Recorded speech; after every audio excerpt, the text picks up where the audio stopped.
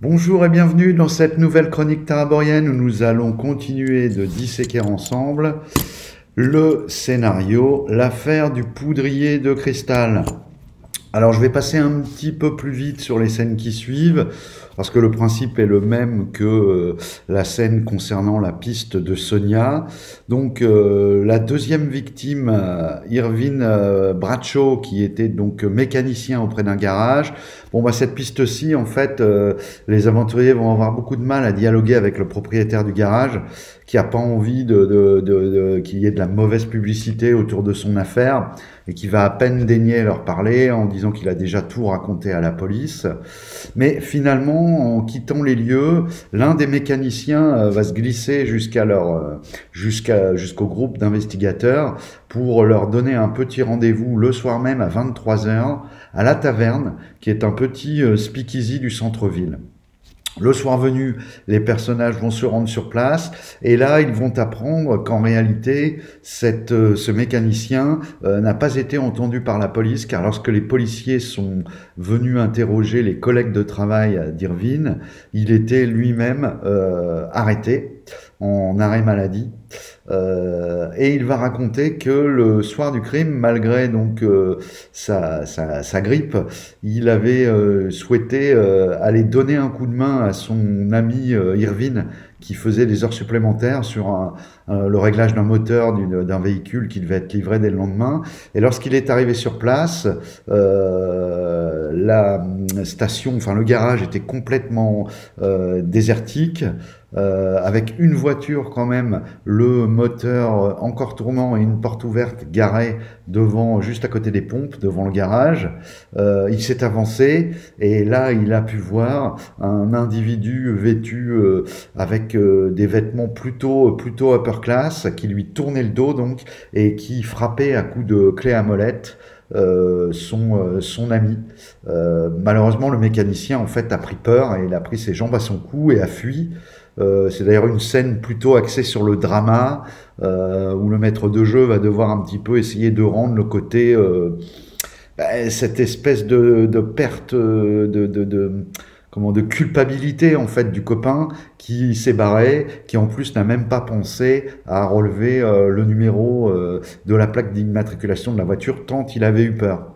Donc cet homme torturé, finalement son témoignage, il va quand même donner une piste intéressante aux joueurs, à savoir qu'il décrit la voiture comme étant une voiture flambant neuf et d'un tout nouveau modèle, si on l'interroge, vu que lui c'est un spécialiste des voitures. Et à partir de là, j'ai mis en place une espèce de mini-enquête qui en fait gère les temps de recherche des personnages pour trouver les garages d'Everett qui vendent ce modèle.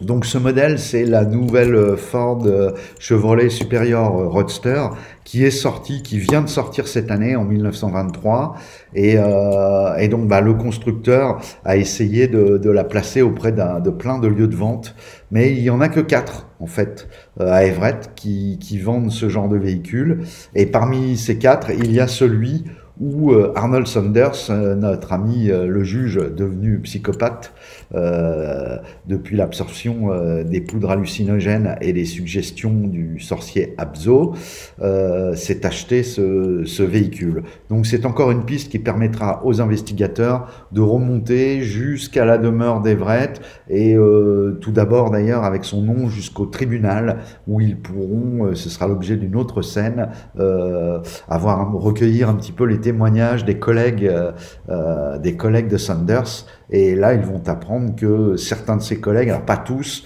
mais ont remarqué quand même quelques petits détails qui leur faisaient dire que Saunders n'était pas dans son état normal, il semblait perdre pied, les jours passant, etc., etc. Donc ça, ce sera développé ultérieurement. La dernière victime, il s'agit de Larry Ackerman. Larry Ackerman, vous vous rappelez, c'est ce commis voyageur qui, en fait, lui, a été retrouvé à son domicile dans une banlieue un peu pérave d'Everett, une banlieue très très défavorisée. Et donc là-bas, ça va pas donner grand-chose pour les aventuriers, si ce n'est une perte de temps.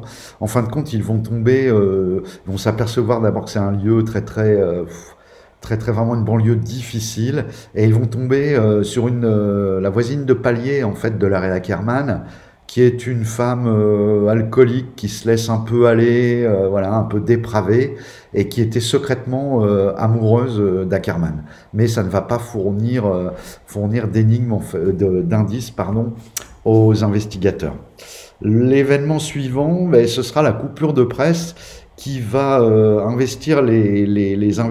qui va prévenir pardon, les investigateurs du fait que le tueur a frappé à nouveau.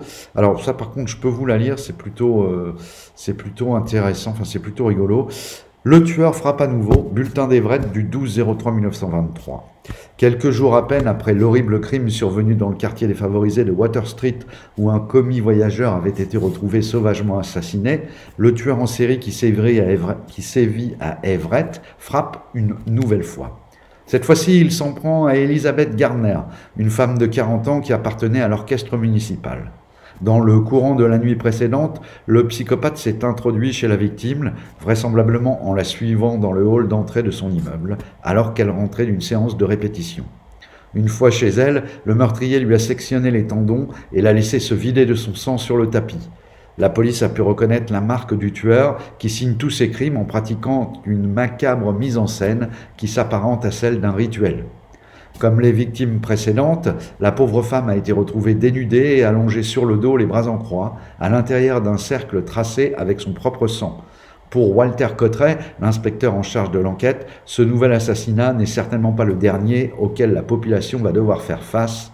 Pour l'instant, les services de police qui ont orienté leurs recherches sur un profil psychiatrique n'ont pas d'éléments tangibles pour les aiguiller solidement, ni même de témoignages qui pourraient permettre de dresser un portrait robot du psychopathe.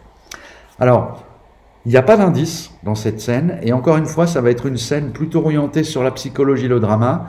Vous vous rappelez que quand je vous avais parlé des horloges, de l'implication, pardon, des investigateurs, je vous avais dit qu'il y aurait une deuxième couche. Cette deuxième couche, elle arrive là, donc il faut en amont de la partie que le maître de jeu ait décidé, alors sans prévenir les joueurs, hein, d'une relation, de lien qui pourrait donc relier l'un des investigateurs ou plusieurs, en tout cas pas tous, je vous déconseille de le faire avec tous, c'est peut-être même plus efficace si c'est seulement un seul joueur, alors peut-être le tirer au sort pour vraiment que ce soit faire pour l'ensemble de vos joueurs, et puis libre au maître de jeu donc d'inventer ce lien, pourvu que ce soit un lien suffisamment fort en fait, pour que quand il va se rappeler que cette personne qu'il connaît, avec qui il a ce lien, habite la ville et qu'elle a été tuée, bah, ce soit un choc psychologique.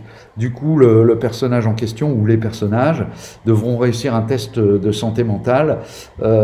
S'ils le réussissent, ils perdront 2 points de santé mentale, et s'ils le ratent, ils perdront 1 des 6 plus 1, je crois que c'est ce que j'avais compté. C'est peut-être à ce moment-là que vous allez avoir un joueur qui va commencer à être mis sur la touche, ou en tout cas qui va commencer à avoir un comportement pas tout à fait dans les normes. Voilà, j'espère que cette vidéo vous a plu. Je vous dis à très bientôt pour la suite de cette affaire du poudrier de cristal.